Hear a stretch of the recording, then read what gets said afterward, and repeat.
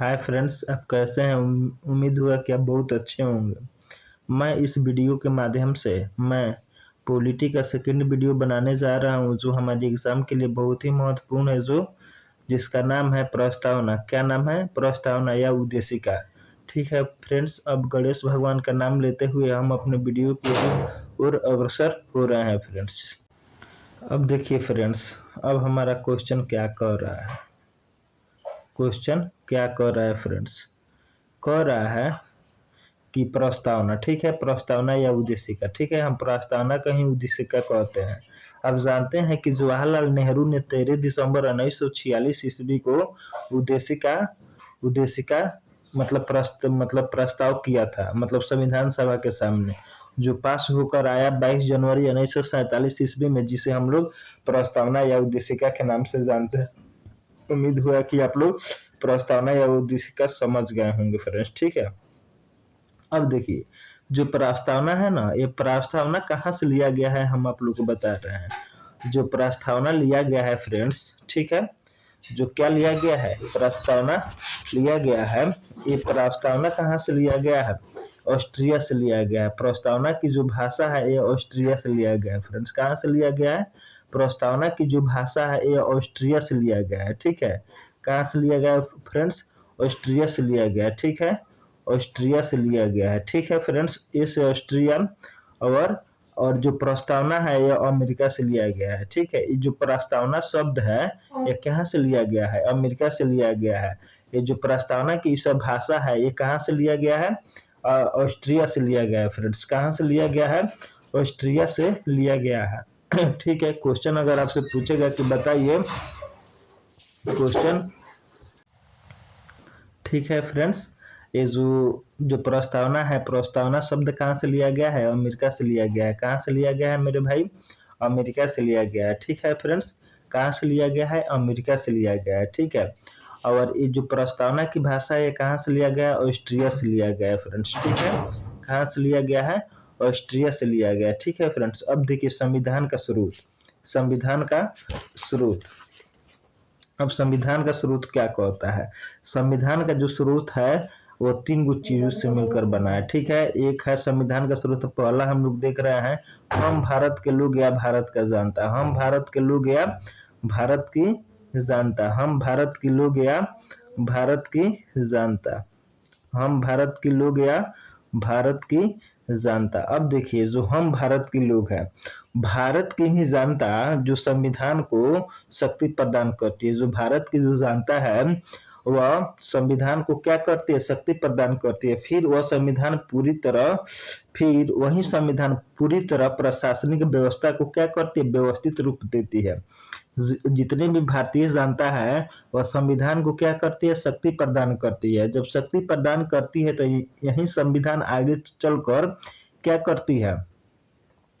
यही संविधान आगे चलकर क्या करती है?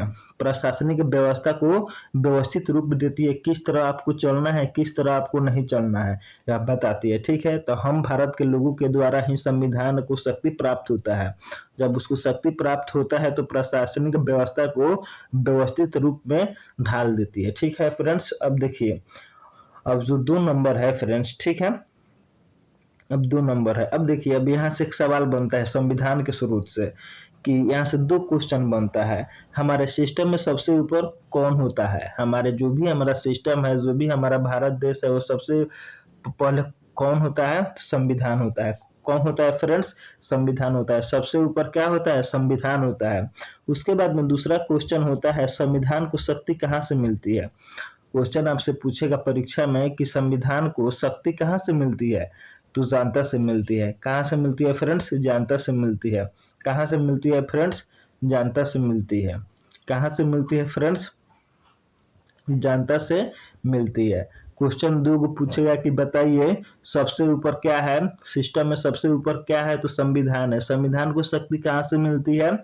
तो भारत की जनता से मिलती है। ठीक है फ्रेंड्स, अब देखिए, अब स्वरूप के बारे में हम लोग जानते हैं। ठीक है फ्रेंड्स, स्वरूप के बारे में हम लोग क्या करते हैं, जानते हैं। स्वरूप के बारे में अब हम लोग थोड़ा जान लें। स्वरूप ये हमारे प्रस्तावना में जो भी ये 5 शब्द होते हैं, जो भी हमारा पहला शब्द होता है, ये 5 शब्द होता है। स्वरूप जो होता है ये 5 शब्द होता है, ठीक है फ्रेंड्स। कौन शब्द होता है, 5 शब्द होता है, ठीक है।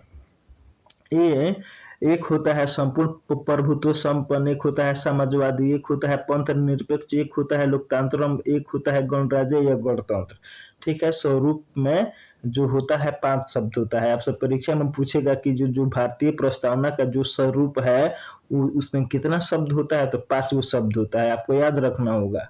एक शब्द कौन होता है फ्रेंड्स, एक शब्द होता है संपूर्ण प्रभुत्व संपन्न, एक होता है समाजवादी, एक होता है पंथ निरपेक्ष, एक होता है लोकतांत्रिक, एक होता है गणराज्य या गणतंत्र होता है, ठीक है फ्रेंड्स। अब देखिए क्या करता है, प्रस्तावना को 5 ये शब्द है जो क्या करता है, स्वरूप को निरूपित करता है। क्या करता है, ये 5 शब्द है जो क्या है, ये 5 शब्द है जो संविधान की प्रस्तावना को क्या करता है, इंगित करता है, ठीक है फ्रेंड्स। अब सबसे पहले इसमें क्या है, संपूर्ण प्रभुत्व संपन्न। अब थोड़ा इसके बारे में हम लोग जान लें कि इसका मतलब क्या होता है। इसका मतलब होता है संपूर्ण प्रभुत्व संपन्न का इसका मतलब होता है भारत अपने बाहरी या आंतरिक निर्णय लेने के लिए स्वतंत्र है, ठीक है फ्रेंड्स। इसका मतलब होता है जो भी हमारा भारत देश है वह बाहरी या आंतरिक निर्णय लेने के लिए स्वतंत्र है। क्या है, स्वतंत्र है। वो किसी अंग्रेजी या बाहरी शक्तियों पर क्या है, निर्भर नहीं है। वह स्वयं से अपनी क्या कर सकता है, अपनी इच्छा के अनुसार अपनी अपनी क्या कर सकता है, अपनी इच्छा के अनुसार निर्णय ले सकता है फ्रेंड्स। क्या कर सकता है, निर्णय ले सकता है, ठीक है। वो चाहे किसी विदेशी निर्णय ले सकता है या जो भी है वो अपने मसौदे से निर्णय ले सकता है, ठीक है फ्रेंड्स। वो आंतरिक निर्णय लेने के लिए किसी बाहरी शक्ति पर निर्भर नहीं रह सकता है। अब देखिए, अब ये जो कह रहा है संपूर्ण प्रभुत्व संपन्न, कह रहा है कि जो भारत देश है हमारा वो किसी अब अन्य देश के प्रभाव में नहीं है, वह स्वतंत्र हो चुका है। वह चाहेगा अपने बाहरी या आंतरिक या आंतरिक जो भी उसका वर्ग होगा वह खुद अपने मन से करेगा। वो किसी शक्ति के, किसी बाहरी शक्ति के ऊपर वो निर्भर नहीं रहेगा फ्रेंड्स, ठीक है, ठीक है। अब देखिए, संपूर्ण प्रभुत्व संपन्न की जगह एक और शब्द का प्रयोग होता है फ्रेंड्स, ठीक है। अब देखिए इसका नाम क्या है, संप्रभु राष्ट्र है। क्या है, मतलब जो भी संपूर्ण संप्रभुत्व संपन्न जो राष्ट्र होता है, मतलब जो भी ये शब्द होता है उसके जगह पर एक और शब्द का प्रयोग होता है। संपूर्ण प्रभुत्व संपन्न की जगह पर एक और शब्द का प्रयोग होता है जिसका नाम है संप्रभु राष्ट्र, ठीक है। संप्रभु राष्ट्र का मतलब होता है हम बाहरी या आंतरिक निर्णय लेने के लिए हम स्वतंत्र हैं। मतलब संप्रभु राष्ट्र का अर्थ होता है कि हम बाहरी या आंतरिक निर्णय लेने के लिए क्या है, स्वतंत्र हैं, फ्री हैं। क्या है, फ्री है। हम किसी देश के अधीन नहीं है, हम किसी देश के ऊपर नहीं है कि जो हमको चला सके। अब हम स्वतंत्र हो चुके हैं, अब हमको जो मर्जी करेगा, जिस देश से मन करेगा उस देश से हम अपना हाथ मिलाएंगे, जिस देश से नहीं मन करेगा उसके पास हम नहीं जाएंगे। अब हम किसी के प्रभाव में नहीं है फ्रेंड्स। अब देखिए, अब इससे क्या क्वेश्चन बनता है मेरे भाई, अब इससे क्वेश्चन बनता है कि संपूर्ण प्रभुत्व संपन्न से आप क्या समझते हैं। क्वेश्चन आएगा एग्जाम में, चाहे रेलवे के एग्जाम में, चाहे पीसीएस में, पक्का है कि 2 नंबर का आएगा कि संपूर्ण संपूर्ण प्रभुत्व संपन्न से आप क्या समझते हैं। तो आपका आंसर होगा कि हम इसे यही समझते हैं कि जो हमारा भारत देश है, ठीक है, हम भारत देश के निवासी किसी आंतरिक या बाह्य शक्ति के प्रभाव में हम नहीं हैं, ठीक है। जो भी हम काम करेंगे वो खुद अपने मन से करेंगे, खुद अपने मन से करेंगे, वो चाहे बाहर के हो चाहे आंतरिक हो, या ऐसे हम लोग बता सकते हैं हम आंतरिक या बाहरी का निर्णय लेने के लिए स्वयं स्वतंत्र है, ठीक है फ्रेंड्स। संपूर्ण प्रभुत्व संपन्न का अर्थ होता है, क्या अर्थ होता है कि हम बाहरी या आंतरिक निर्णय लेने के लिए स्वयं क्या है, स्वतंत्र है। क्या है, स्वयं स्वतंत्र है फ्रेंड्स, ठीक है। इतना बात आपको याद हो गया है। अब देखिए, अब समाजवादी का अर्थ क्या होता है थोड़ा समझ जाइए। इसका अर्थ तो समझ चुके होंगे, संपूर्ण प्रभुत्व संपन्न का अर्थ क्या होता है, हम बाहरी या आंतरिक निर्णय लेने के लिए स्वयं क्या है, स्वतंत्र है। हम किसी देश के विपरीत नहीं है, न किसी देश के अंतर्गत है। ठीक है फ्रेंड्स, अब देखिए समाजवादी का अर्थ क्या होता है। समाजवादी विचार को समझने के लिए, समाजवादी जो विचार है इसको समझने के लिए फ्रेंड्स हम लोगों को थोड़ा यूरोप में चलना पड़ेगा। ठीक है, वहां पर जो यूरोप में जो होता है, वहां पर एक अमीर वर्ग एक गरीब के बीच में जो जो संघर्ष की स्थिति को दर्शाता है। लेकिन जो यूरोप में है, जो वर्ग थोड़ा ज्यादा अमीर होता है वह गरीब वर्ग पर क्या करता है, शोषण करता है। क्या करता है, शोषण करता है। उन लोगों के बीच में समानता नहीं है। समाजवादी का ओरिजिनल अर्थ होता है समानता। वो चाहे धनी हो या गरीब हो, उनके बीच में एक समानता बना हुआ रहना चाहिए। लेकिन यूरोप में ऐसा नहीं होता है। जब एक गरीब आदमी और एक जब अमीर आदमी होता है, तो अमीर आदमी गरीब आदमी के बीच में बहुत संघर्ष देखने को मिलता है फ्रेंड्स। ठीक है, वास्तव में समाजवाद समानता की बात करता है। हम अभी आपको बताए हैं ना कि जो हमारा समाजवादी है, तो समाजवाद क्या करता है, वास्तव में समानता की स्थिति को दर्शाता है। ठीक है फ्रेंड्स, भारत में देखने को ये चीज भारत में देखने को मिलती है कि हाँ, भारत में समानता है समाजों के बीच। भारत में देखने को मिलती है, जो गांधी जी और जवाहरलाल नेहरू के विचारों से प्रेरित हैं। जो भी हमारे गांधीवाद है, जवाहरलाल नेहरू के विचारों से हम लोग क्या है, मतलब समर्पित हैं। तो हमारे भारत देश में जो भी है वो क्या है, वो समानता है। हर एक समाज के बीच में, चाहे अमीर हो चाहे गरीब हो, तो उनके बीच में एक समान का भेदभाव, वेशभूषा सब कुछ है। यहाँ पे हमारे देश में अलग अलग जात पात सब कुछ रहते हुए भी हम लोग क्या है, एक जगह पर खाते हैं, पीते हैं, हम लोग बात विचार करते हैं, लेकिन घृणा नहीं करते हैं। ये क्या है, जवाहरलाल नेहरू और गांधी जी का क्या है फ्रेंड्स, देन है। यहाँ पर लोकतांत्रिक समाजवाद है। क्या है फ्रेंड्स, यहाँ पर जो है, यहाँ पर लोकतांत्रिक क्या है, समाजवाद है। लोकतांत्रिक समाजवाद है। यहाँ पे लोकतंत्र है। क्या है, लोकतंत्र है और लोगों के बीच में एक समानता है। ठीक है फ्रेंड्स, जो एक दूसरे के बीच में घृणा नहीं करते हैं फ्रेंड्स। ठीक है, अब आगे क्या है, अब देखिए भारत में बिना संघर्ष की एकता देखने को मिलती है। जो भारत के संविधान में समाजवाद, जो भारत के संविधान में समाजवाद है। ठीक है, जो भी हमारे भारत के संविधान में समाजवाद है, ये बिना संघर्ष को देखने को मिलती है। जो हमारे संविधान में जो समाजवाद शब्द का प्रयोग किया गया है, ये बिना किसी वर्ग के संघर्ष को देखने को मिलती है। यूरोप में क्या होता है कि जो व्यक्ति ज्यादा धनी होता है, जो व्यक्ति थोड़ा कमजोर होता है, पुअर होता है, तो धनी व्यक्ति गरीब व्यक्ति पर क्या करता है, अत्याचार करता है। लेकिन हमारे संविधान में समाजवाद का प्रयोग हुआ है, तो इसमें क्या होता है कि एक धनी और गरीब व्यक्ति के बीच में कोई अंतर नहीं होता है, केवल समानता ही समानता देखने को मिलती है फ्रेंड्स। ठीक है, ठीक है, यूरोप में समाजवाद के काफी भिन्न है। जो यूरोप में जो समाजवाद है फ्रेंड्स, वो भारत के समाजवाद से काफी अलग है। बहुत दूर दूर तक इसका नाता रिश्ता नहीं है। जितना भारत का समाजवाद अच्छा है, उतना यूरोप का अच्छा नहीं है फ्रेंड्स। ठीक है, ये आपको याद रखना होगा। ठीक है, ये हम लोग को क्या करना होगा, याद रखना होगा। यह नेहरू जी के विचारों का देन है और गांधी जी का विचारों को देन है कि आज हमारे समाज के बीच में संघर्ष देखने को नहीं मिलता है। नहीं तो आजादी के पहले बहुत देखने को मिलता था। जैसे पंडित जी, राजपूत भुंजार लोग क्या करता था, लोग गरीब जात पर, मतलब सब कोई नहीं, कुछ कुछ होता था लोग उसमें, तो क्या करता था लोग, मतलब गरीबों पर अत्याचार करता था। लेकिन जब गांधी जी और जवाहरलाल नेहरू का दिन है कि आज वो सब हमारे देश में नहीं है, उन दो महान नेताओं को समझिए कि उन लोग को चरणों में नमन है। इतना हमारे देश को देकर गए हैं कि मत पूछिए। आज यूरोप में जाकर देखिएगा, वहां पे इतना मतलब एक दूसरे के समाज के बीच में संघर्ष है, युद्ध चल रहा है, मारा मारी हो रहा है धनी और गरीब को लेकर। लेकिन हमारे भारत देश में ऐसा नहीं है, क्योंकि ये जो देश है, भारत देश है, वो महात्मा गांधी और जवाहरलाल नेहरू के विचारों से प्रेरित हमारा देश है। क्या है, विचारों से देश है, विचारों से क्या है। ठीक है फ्रेंड्स, ये हमारे महात्मा गांधी और गांधी जी को विचारों से प्रेरित जो हमारा समाज है, वहीं आगे चलकर मिश्रित अर्थव्यवस्था का निर्माण करता है। वहीं आगे चलकर क्या करता है, मिश्रित अर्थव्यवस्था का निर्माण करता है। अब देखिए फ्रेंड्स, अब पंथ निरपेक्ष क्या होता है।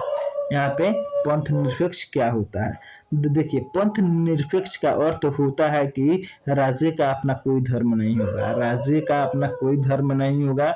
जो भी बिहार राज्य है, राजस्थान है, झारखंड है, उड़ीसा है, ये सब जो भी है, यहाँ पे कोई राज्य का यहाँ पे धर्म नहीं होगा। ठीक है, जो भी धर्म होगा यहाँ की जनता की होगी, मगर जो भी यहाँ पे धर्म होगा वो जनता की होगी, राज की यहाँ पे क्या धर्म नहीं होगी। ठीक है फ्रेंड्स, अब क्वेश्चन आपसे पूछेगा कि बताइए पंथ निरपेक्ष से आप क्या समझते हैं, पंथ निरपेक्ष से आप क्या समझते हैं फ्रेंड्स।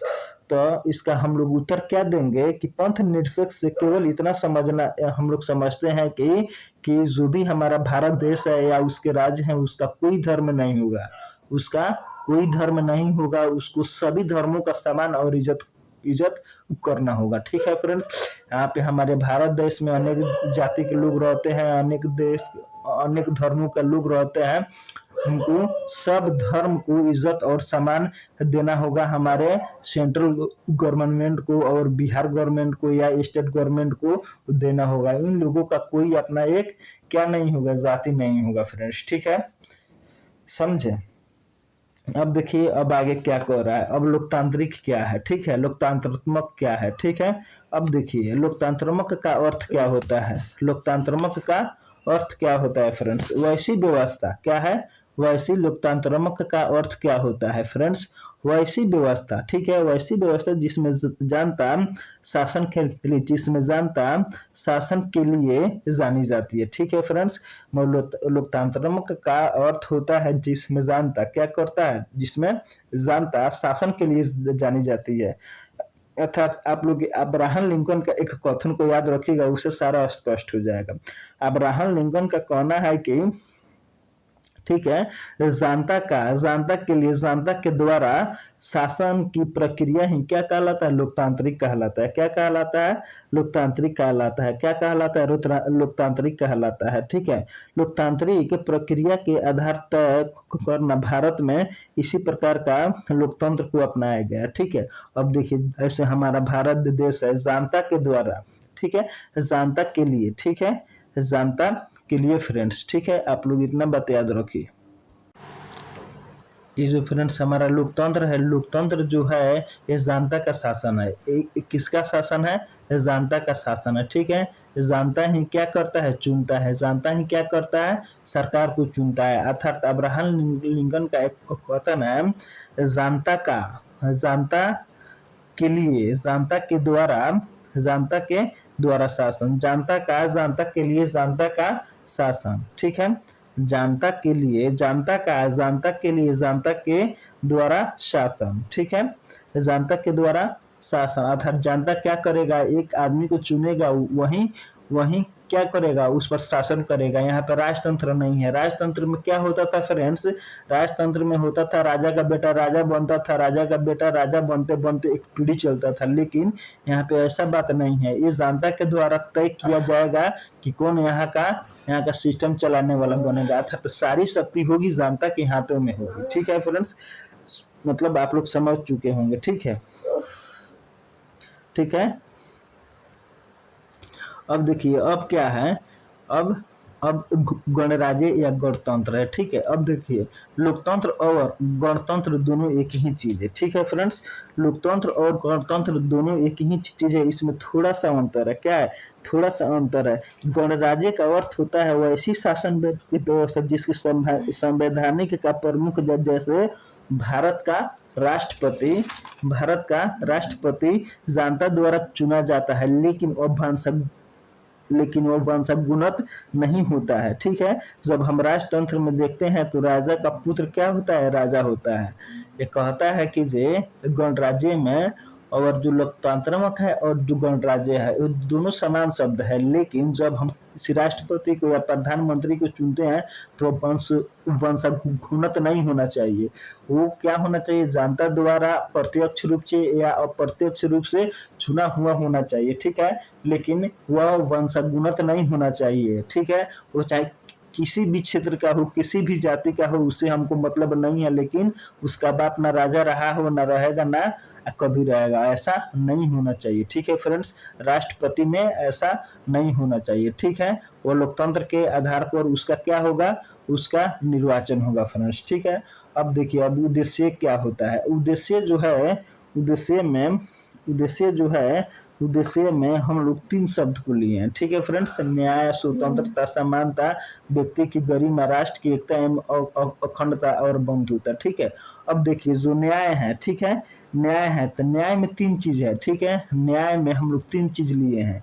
ठीक है, एक सामाजिक न्याय, क्या है, एक सामाजिक न्याय लिए हैं, एक क्या लिए हैं, सामाजिक न्याय लिए हैं, और एक लिए हैं आर्थिक न्याय, और एक क्या लिए हैं, राजनीतिक न्याय। ठीक है, सामाजिक न्याय का अर्थ होता है कि जितने भी हमारे समाज का लोग हैं उन लोगों में एकता रहेगी। आर्थिक का अर्थ होगा कि यहाँ पे आर्थिक रूप से भेदभाव नहीं रहेगी। राजनीतिक का अर्थ यह होता है कि कोई भी व्यक्ति राजनीति में जा सकता है, या तो वो गरीब हो या चाहे धनी हो। ठीक है, उससे हमको मतलब नहीं है। जिसको राजनीति में पॉलिटिकल में जाना हो वो आसानी से जा सकता है। ठीक है फ्रेंड्स, ठीक है, आप समझ चुके होंगे। अब स्वतंत्रता क्या होता है आप समझिए। स्वतंत्रता क्या होता है, स्वतंत्रता से यह तात्पर्य है कि व्यक्ति को इस प्रकार से, देखिए स्वतंत्रता का तात्पर्य है कि व्यक्ति को इस प्रकार से स्वतंत्रता दिया जाए ताकि उसके स्वतंत्रता से देश का विकास हो सके, ताकि उसकी स्वतंत्रता से देश का विकास हो सके। कहने का अर्थ है कि उस व्यक्ति को इस प्रकार स्वतंत्रता दी जाए ताकि वह खुद का विकास करके वह देश का विकास क्या करे, करने लगे फ्रेंड्स। ठीक है, स्वतंत्रता का अर्थ यही होता है कि व्यक्ति को इस प्रकार स्वतंत्रता दी जाए ताकि वह खुद का विकास करके अपने देश का विकास कर पाए। इतना बात याद रखिएगा। ठीक है, जब आप फ्री नहीं दीजिएगा किसी को तो जब 2 रुपए नहीं कमाएगा तो कैसे आपका देश का विकास होगा। ये देश कैसे चलता है, हम लोग टैक्स देते हैं। क्या देते हैं, टैक्स देते हैं। टैक्स के हिसाब से हम लोग का देश चलेगा। जब हम 2 रुपए कमाएंगे तब ना आपको टैक्स देंगे, तो वहीं जब हम स्वतंत्र रहेंगे तब ना आपको टैक्स देंगे, तब ना हमारे देश का विकास होगा। अब देखिए समता, देखिए समता का अर्थ होता है कि ये दोनों इक्वल, बराबर। ठीक है, उनमें ना कोई भेदभाव होगा ना कुछ हो, वो चुपचाप मतलब जो भी जाति के लोग उनमें समानता की, उसमें बराबरी का भेदभाव होगा। ठीक है, व्यक्ति की गरिमा। ठीक है फ्रेंड्स, व्यक्ति की गरिमा। ठीक है, व्यक्ति की गरिमा क्या कहता है फ्रेंड्स। ठीक है, अब देखिए व्यक्ति की गरिमा के तहत भारतीय जनता में गरिमा की बात की जाती है। गरिमा का पूर्ण जीवन जीने का अधिकार है। ठीक है, जो भी हमारे व्यक्ति की गरिमा में अपने पूर्ण जीवन जीने का अधिकार है। अभी ना क्या आपका अधिकार है कि आप 50 साल जिए उसके बाद में आप छोड़ दिया, ऐसा नहीं। जो व्यक्ति का जो भी गरिमा है उसका अर्थ होता है कि वो अपना पूर्ण रूप से जो भी अच्छा खासा अपना जिंदगी जीना है वो जी सके फ्रेंड। ठीक है, इसको विशेष रूप से हम लोग आर्टिकल 21 में हम लोग क्या करेंगे, पढ़ेंगे। उसके बाद है राष्ट्र की एकता। क्या है, राष्ट्र की एकता है। अब राष्ट्र की एकता एवं अखंडता। ठीक है फ्रेंड्स, राष्ट्र की एकता एवं अखंडता। ठीक है, इसका उद्देश्य क्या है। अब देखिए राष्ट्र की एकता, हम सबको एक है। यहाँ पे अलग अलग जाति का लोग रहता है, अलग अलग प्रकार के भेदभाव रहता है, फिर भी सब कोई एकता में रहता है। ठीक है, लेकिन हम लोग मतलब अलग नहीं हो सकते हैं फ्रेंड्स। ठीक है, उसके बाद में है बंधुता। बंधुता का अर्थ होता है भाईचारा। यहाँ का सभी हिंदू मुस्लिम जो भी लोग हैं यहाँ पे सब भाईचारे के रूप में क्या कहते हैं, रहते हैं। ठीक है, अब देखिए फ्रेंड बेरोजगारी संघवाद क्या है। ठीक है, बेरोजगारी संघवाद क्या है, बेरीबारू संघवाद क्या है। बेरोजगारी संघवाद 1960 के तहत, ठीक है, 1960 के तहत सुप्रीम कोर्ट ने कहा कि जो भी संविधान का जो भी प्रस्तावना का ढांचा है उसमें हम लोग क्या नहीं कर सकते हैं, संशोधन नहीं कर सकते हैं फ्रेंड्स। क्या कर सकते हैं, संशोधन नहीं कर सकते हैं। प्रस्तावना मतलब इसमें कहा कि बेरोजगारी संघवाद 1960 ईस्वी में सुप्रीम कोर्ट कहा कि हम लोग प्रस्तावना को संविधान का अंग नहीं बना सकते हैं। ठीक है फ्रेंड्स, संविधान का अंग हम लोग नहीं बना सकते हैं, लेकिन केशवानंद भारती केरलवाद में, ठीक है, केशवानंद भारती बनाम केरलवाद में वाद के तहत 1973 ईस्वी में सुप्रीम कोर्ट ने फिर एक और स्टेटमेंट निकाला।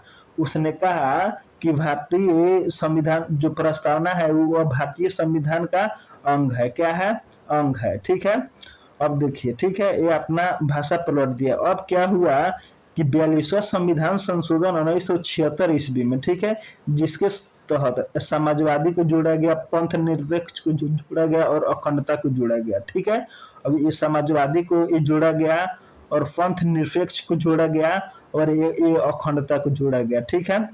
ठीक है फ्रेंड्स, ठीक है फ्रेंड्स, यह जोड़ा गया, ठीक है। अब बेरूवारी संघवाद 1960 के तहत सुप्रीम कोर्ट का जजमेंट था कि ये जो संविधान, ये जो प्रस्तावना है, यह संविधान का अंग नहीं है, इसलिए इसमें छेड़खानी नहीं हो सकता है। वहीं केशव नंद भारती केरल बनाम 1973 के तहत सुप्रीम कोर्ट ने बताया कि यह भारतीय संविधान का अंग है, लेकिन इसके मूल ढांचों में हम लोग संशोधन नहीं कर सकते हैं। अब क्या हुआ कि 42वां संविधान संशोधन 1976 ईस्वी में इसका संशोधन हुआ। संशोधन होने के बाद में इसमें समाजवादी को जोड़ा गया, पंथ निरपेक्ष को जोड़ा गया और अखंडता को जोड़ा गया, ठीक है फ्रेंड्स। एक बार और सुनिए।